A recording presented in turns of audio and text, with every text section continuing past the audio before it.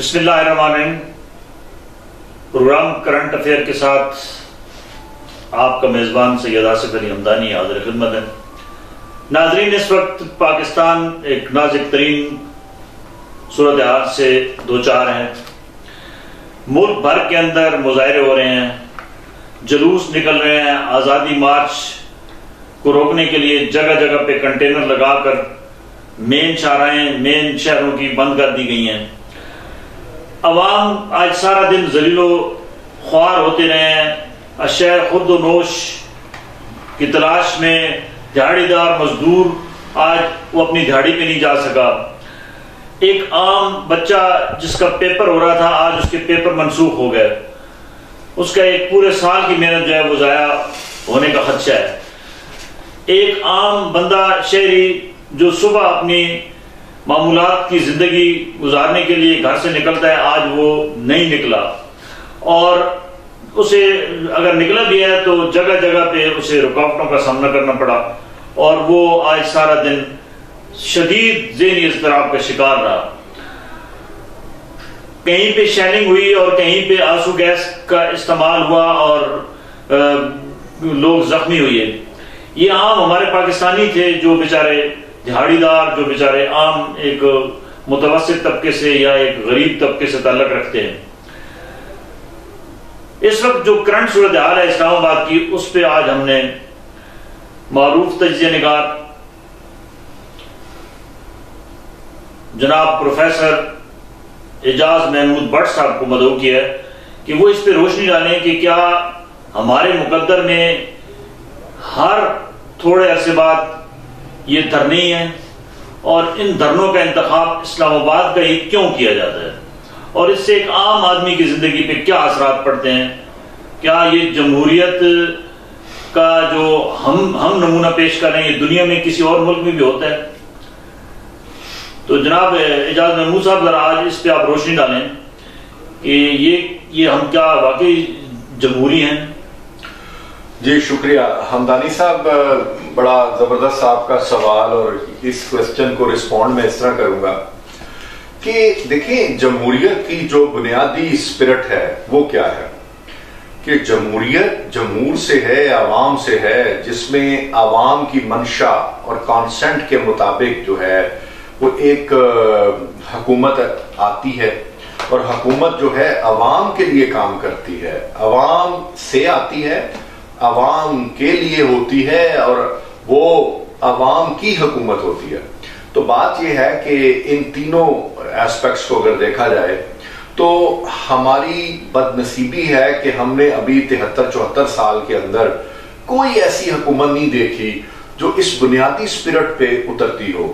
مثلا دیکھیں آپ، فریڈم آف سپیچ آپ کہتے ہیں جی یہ جمہوریت کا حسن ہے، فریڈم آف اوپینین خوبصورتی ہے یہ جمہوریت کی، اس طرح فریڈم آف موومنٹ ہے، فریڈم آف میرج ہے۔ یہ 5-6 قسم کی جو فریڈم تھی کہ اس کے اندر یعنی کہ رسل نے بھی کہا، جیس مل نے بھی کہا کہ اگر یہ 5-6 جو آزادیاں ہیں اگر کسی معاشرے میں کسی فرد کو نہیں حاصل تو اس کا مطلب وہ آزاد معاشرہ نہیں ہے، فریڈم آف تھنکنگ ہے اس میں۔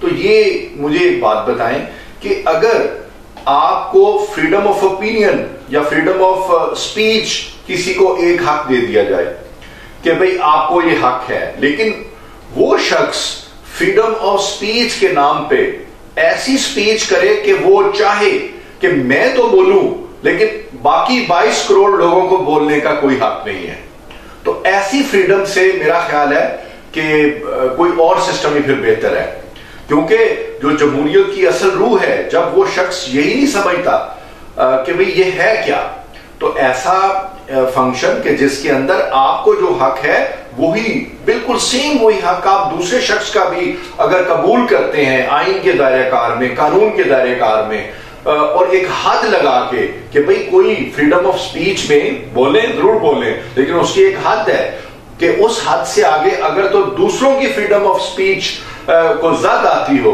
وائلیشن ہوتی ہو، کسی کو اذیت نہ پہنچے، پھر تو وہ ٹھیک ہے، لیکن اگر وہ ایک حد کراس کرے تو پھر ایسی فریڈم آف سپیچ پہ پابندی ہونی چاہیے۔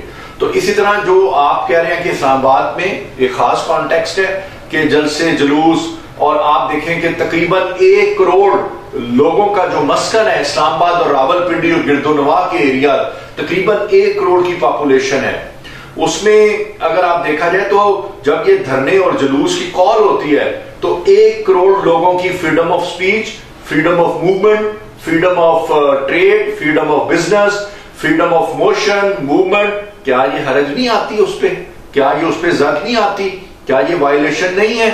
تو ہماری عدلیہ کو بھی، ہماری حکومتوں کو، ہماری اپوزیشنز کو، اور جو سیاسی پارٹیاں یہ کال دیتی ہیں ان کو یہ خیال کرنا چاہیے کہ آپ تو ٹھیک ہے 20-25 ہزار کا ایک جتھا لے کے لشکر لے کے آ جائیں گے، 50 ہزار کا لے کے آ جائیں گے، 1 لاکھ کا لے کے آ جائیں گے، لیکن جہاں آپ جا رہے ہیں وہ 1 کروڑ لوگوں کا مسکن ہے، وہ 1 کروڑ لوگوں کا گھر ہے، اور اس گھر میں ان کے تجارتی جو ہیں وہ مواقع ہیں، ان کو بزنس ہے، ان کا دکانیں ہیں، ٹھیلے والے ہیں، مزدور ہیں، کسان ہیں، سرکاری ملازمین ہیں، آفیسز ہیں.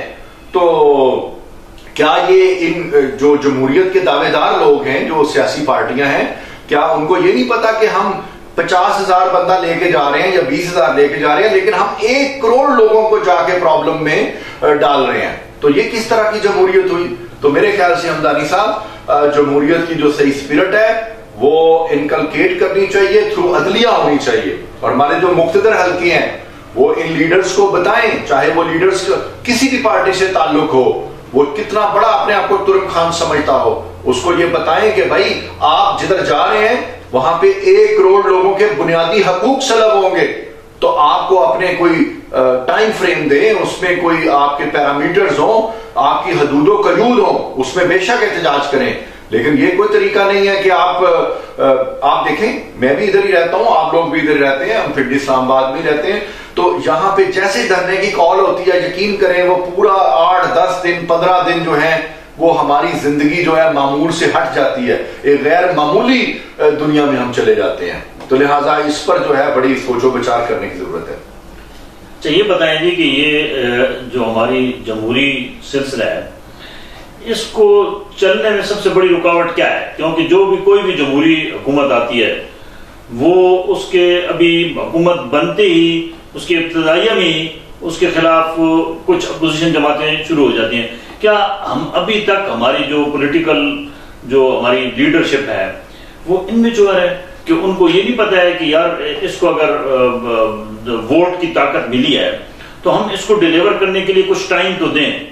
یہ ہمیشہ جمہوریت میں کیوں ہوتا ہے؟ کیونکہ باقی ادوار دیکھیں تو پھر تو وہ کھینچ تان کر کے کوئی 90 دن کے لیے آتا ہے تو 11 سال گزار دیتا ہے، کوئی 10 سال گزار دیتا ہے، کوئی 7 سال گزار دیتا ہے. لیکن جمہوریت میں ہم نے دیکھا ہے کہ جتنے اسپیڈ سے وزرائے اعظم تبدیل ہوئی ہیں، اتنی اسپیڈ سے تو کسی دنیا میں کسی بھی جگہ پہ جمہوری سلسلے میں نہیں ہوئی ہیں. اس کی بنیادی وجہ آپ کیا سمجھتے ہیں؟ دیکھیں، یہ آپ کا جو کوشچن ہے بڑا سیدھا بھی ہے اور بڑا کمپلیکس بھی ہے. اتنی آسان بات نہیں ہے، لیکن یہ آسان ہے بھی، اور لوگوں کو پتہ ہے، جو لوگ پڑھے لکھے ہیں، جو لوگ کرنٹ افیئر سے تھوڑا سا بھی شغف رکھتے ہیں اور جو تھوڑا سا بھی مطالعہ رکھتے ہیں، انہیں پتہ ہے کہ یہ کیوں ہوتا ہے. لیکن میں اس کو انڈورس کرتے ہوئے میں آپ کو بتاتا ہوں. اصل میں جب کوئی سول گورنمنٹ چل رہی ہوتی ہے تو 2-3 دھڑے ہوتے ہیں. ظاہر ہے 1-2 دھڑے حکومت میں ہوتے ہیں، 1-2 دھڑے اپوزیشن میں ہوتے ہیں.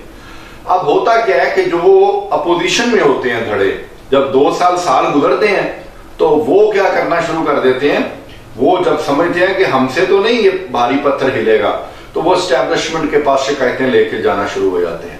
وہ مقتدر جو ادارے ہیں اور جو ان کے شخصیات ہیں وہ وہاں پہ جانا شروع ہو جاتے ہیں. دیکھیں جی، اس نے جو ہے نا فلاں ایکشن کیا، فلاں یہ باہر کے ملک گیا، ہمارا وزیر اعظم یا ہمارا وزیر اعلیٰ یا کوئی بھی حکومتی اہلکار، تو اس نے یہ کہہ دیا، وہ کہہ دیا، یہ پرابلم ہو گئے، یہ تو جناب انڈیا کو یہ رسائی دے رہا ہے، یہ فلاں کو دے رہا ہے. تو اس سے کیا ہوتا ہے، ایک منوورنگ شروع ہو جاتی ہے اور ایک کنسپریسی کی لہر شروع ہو جاتی ہے. تو اسٹیبلشمنٹ اور جو مقتدر حلقے ہیں اگر وہ ذرا سے لینیٹ ہوں اور ان کی اپنا ہوم ورک کم ہو تو وہ اس وقت کی اپوزیشن کی باتوں میں آ کے تو وہ کہتی ہے چلو جی اس سسٹم کو ٹاپل کریں تو آئندہ ہم اس کیمسٹری کے ساتھ کوئی چیز لے کے آئیں گے.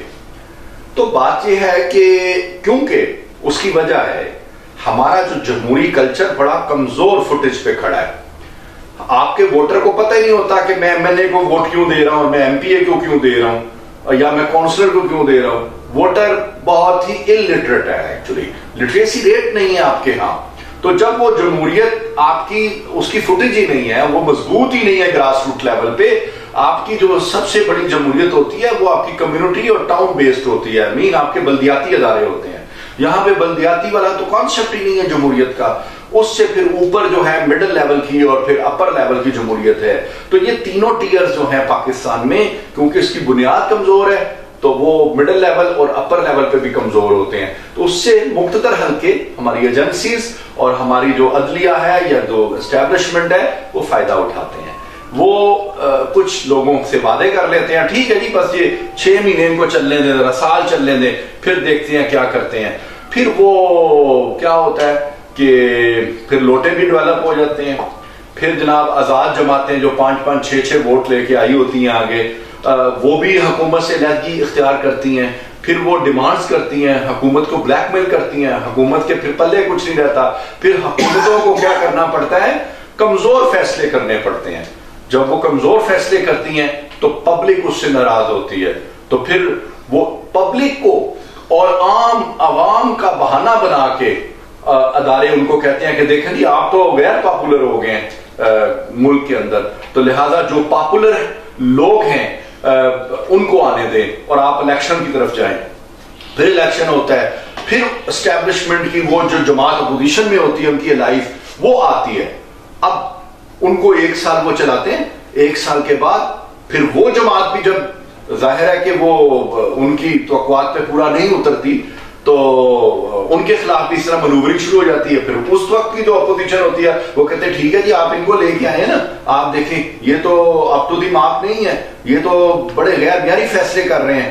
تو پاکستان میں یہی ہوتا آیا, ہر اپوزیشن جو ہے امپائر کے ساتھ مل کے موجودہ حکومت کو گراتی ہے.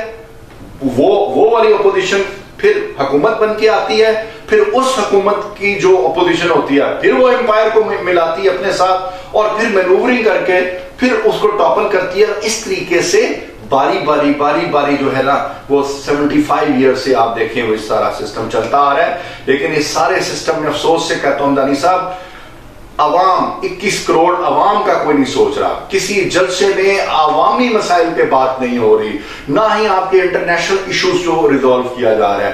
کوئی بڑا میگا پروجیکٹ کسی جلسے میں ڈسکس نہیں ہوتا. غریب کی اور کسان کی اور ہاری کی بات کوئی نہیں کرتا کسی جلسے میں. سب اپنی اپنی انا کے گرداب میں پھنسے ہوئے ہیں. اور یقین کیجئے کہ پاکستان کا کسان ادھر کا ادھر ہی ہے, پاکستان کا طالب علم ادھر کا ادھر ہی ہے, پاکستان کا استاد ادھر ہی ہے, پاکستان کا پروفیسر ادھر کا ادھر ہی ہے, پاکستان کا صحافی ادھر کا ادھر ہی ہے, پاکستان کے میڈیا ورکرز بیچارے ادھر کے ادھر ہی ہیں, پاکستان کے مزدور ادھر کے ادھر ہی ہیں. آپ مجھے بتائیں ہیومن ریسورس کا جو انڈیکس ہے پاکستان کے اندر, اس میں کیا کبھی آپ نے اس میں بہتری دیکھی ہے؟ وہ تو ادھر کا ادھر ہی ہے. آپ اگر میں ایجوکیشن کی بات کروں, آپ انگلش میں دیکھ لیں, میتھس میں دیکھ لیں, سائنس میں دیکھ لیں, آپ گلوبل انڈیکس کو دیکھ لیں, آپ تنزلی کی طرف ہیں, آپ کبھی بہتری کی طرف نہیں گئے. تو لہذا اگر ہم چاہتے ہیں کہ پاکستان آگے جائے, پاکستان کا HR اور ہیومن ریسورس آگے جائے, پاکستان کا غریب آدمی آگے جائے, تو ہمیں یہ سوچنا ہوگا کہ یہ جو باری باری ہم نے لگائی ہوئی ہے اور جو ہماری ایجنسیز یا کہہ لیں جو مقتدر حلقے ہیں وہ ایک خاص جتھے کو سپورٹ کرتے ہوئے ٹاپل کرتے ہیں گورنمنٹ کو اور پھر دوسری گورنمنٹ لے آتے ہیں. اس تسلسل کو ہمیں روکنا ہوگا اور ہمیں سوچنا ہوگا کہ پاکستان کے لیے کیا چیز, کیا نظام کون سا بہتر ہے, ہمیں وہ نظام لے کے آنا.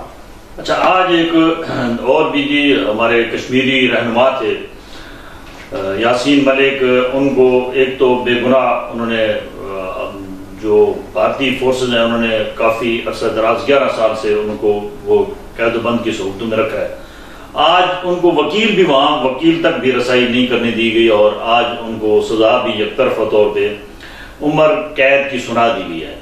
تو یہ بڑے افسوس کے ساتھ کہنا پڑ رہا ہے کہ آج ہماری نہ حکومت کو خبر ہے نہ ہماری اپوزیشن جماعتوں کو خبر ہے کہ اتنا بڑا ایک بڑے مسلم لیڈر کے ساتھ سمجھ لو کہ زیادتی ہو گئی ہے، اور اس کے خلاف آواز بلند کرنے کے بجائے آج سارا دن میڈیا دکھا رہا ہے کہ جی کہاں پہ ریلیاں نکل رہی ہیں، کہاں پہ جلاؤ گھیراؤ ہو رہا ہے، کہاں پہ شیلنگ ہو رہی ہے.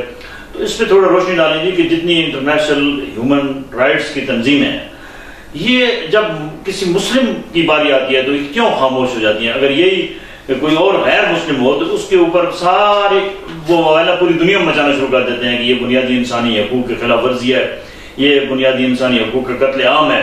تو یہ آج تو قتل عام ایک بھارتی عدالت نے کر دیا ہے، تو اس کے اوپر کیا کرنا چاہیے جی؟ یہ ہمارے تو یہ ساری پولیٹیکل جماعتوں پہ بھی آج سخت افسوس ہے، کوئی جس طریقے سے آواز بلند کرنی چاہیے تھی، میڈیا پہ بھی افسوس ہے کہ آج ان کو چاہیے تھا کہ تھوڑی سی سپیس اس کو بھی دیتے کہ یہ اتنا بڑا ایک سمجھ لو کہ ظلم ہوا ہے، زیادتی ہوئی ہے. حمدانی صاحب آپ کو ایک میں بات بتاتا ہوں، دیکھیں ایک مثال دیتا ہوں آپ کو. یوکرین کا اور رشیا کا جو تنازع ہے، اس میں جو یوکرین ہے وہ حالانکہ ڈائریکٹ مطلب الائز نہیں ہے یورپ کا، انڈائریکٹ الائز ہے یورپ کا، لیکن یورپ اس کی جنگ کیسے لڑ رہا ہے میں آپ کو بتاؤں. میں فوکس نیوز اگر آپ ابھی آن کریں، آپ CNN آن کریں، آپ BBC آن کریں، آپ کوئی یورپین چینل آپ ابھی سوئچ آن کریں، آپ دیکھیں گے کہ یوکرین کا ایجنڈا اور روس کو ظالم ثابت کرنے کا ایجنڈا اور روس کو آئسولیٹ کرنے کا ایجنڈا کس طریقے سے وہاں پہ فروغ پا رہا ہے. ان کے میڈیا میں ان کی جو ڈپلومیٹک ویوز ہیں، ڈپلومیٹک جو اسائنمنٹس ہیں، اس میں کس طرح وہ لے کے چل رہے ہیں. تو بھائی وہ انڈائریکٹ الائز، کہاں یوکرین، کہاں امریکہ، کہاں یوکرین، کہاں CNN، کہاں یوکرین، کہاں BBC.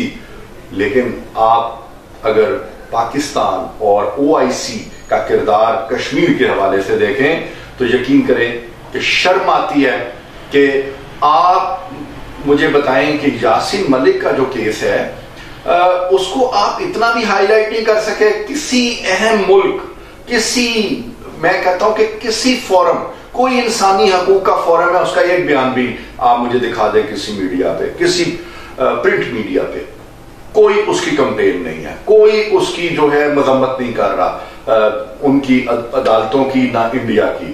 تو میں سمجھتا ہوں ہمارے مسلمان ملکوں کے بہت بڑا فیلئر ہے، بہت بڑی ناکامی ہے.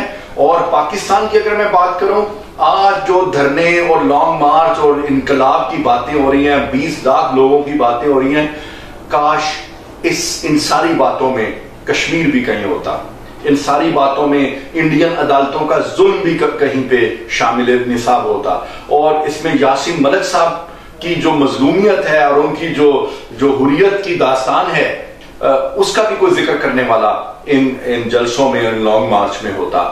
تو یہ بہت بڑا المیہ ہے. ہم مذمت کرتے ہیں اس سارے رویے کی. ہماری سیاسی پارٹیوں کو سارے کام چھوڑ دینے چاہیے اور یاسین ملک صاحب کے جو ایشو ہے اس کو ہائی لائٹ کرنا چاہیے. آپ کا ابھی پارلیمنٹ کا جوائنٹ سیشن بلانا چاہیے اور اس پر ڈیبیٹ ہونی چاہیے. سعودیہ میں، مصر میں، ترکی میں ان کی پارلیمنٹ میں ساری ڈسکشن ہونی چاہیے. تمام 54 کنٹریز کے جو سفارت خانے اس کے باہر احتجاج ہونا چاہیے. یورپ میں جہاں جہاں مسلمان ہیں، جہاں جہاں ہمارے مسائل ہیں، وہاں پہ احتجاج ہونا چاہیے. لیکن جو ہے افسوس ہے ابھی تک اس طرح کے سٹیپس نہیں لیے گئے جو ہمیں لینے چاہیے تھے. جی ناظرین، یہ ہماری جمہوریت کیونکہ لولی لنگڑی ہے اور یہ ہر دور میں رہی ہے، اور اس کو لولا لنگڑا کرنے والوں کی بھی نشاندہی پروفیسر اعجاز محمود بٹ صاحب نے کر دی ہے کہ کون ان کو پنکچر کرتا ہے، پھر ان کے پنکچر لگاتا ہے، پھر ان کو چلاتا ہے، پھر جہاں ان کو ضرورت ہوتی ہے اس کا ٹائر پھر پنکچر کر دیتا ہے. تو ناظرین، اب عوام کو سوچنا ہوگا کہ یہ جو پولیٹیکل پارٹیز ہیں، کیا ساری عمر ان کے لیے یہ عوام جو ہے وہ ایندھن کے طور پہ کام کرے گی؟ کیونکہ آج کوئی بھی مرتا ہے، ہسٹری اٹھا کے دیکھ لیں، ایک غریب مرتا ہے جس کو شین لگتا ہے، ایک عام کارکن مرتا ہے، کبھی وہ جلسوں کے دوران مرتا ہے، کبھی وہ ٹریفک حادثوں میں مرتا ہے، کبھی وہ شیلنگ سے مرتا ہے. میں نے آج تک کبھی نہیں دیکھا کہ کوئی لیڈر مرا ہو اس قسم کی تحریکوں کے اندر. تو ناظرین، یہ ورکرز کو بھی چاہیے کہ وہ اپنے پولیٹیکل جہاں اس کو بلایا جاتا ہے ان سے پوچھے کہ اس کا اس ملک اور قوم کو کیا فائدہ ہوگا جو ہم احتجاج کر رہے ہیں. صرف ایک سہانے خواب دکھاتے دکھاتے ہماری پولیٹیکل پارٹیز کبھی روٹی کپڑا مکان، کبھی قرض اتارو ملک سنوارو، کبھی نیا پاکستان، کبھی حقیقی آزادی، یہ ٹائٹل کب تک دیکھتے رہیں گے؟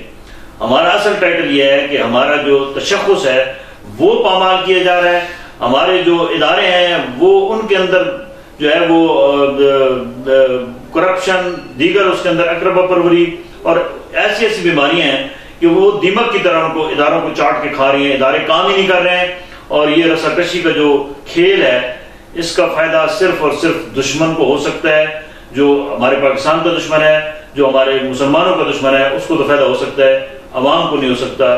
اپنے گرد و نواح کے لوگوں کا خیال رکھیے، بہت شکریہ۔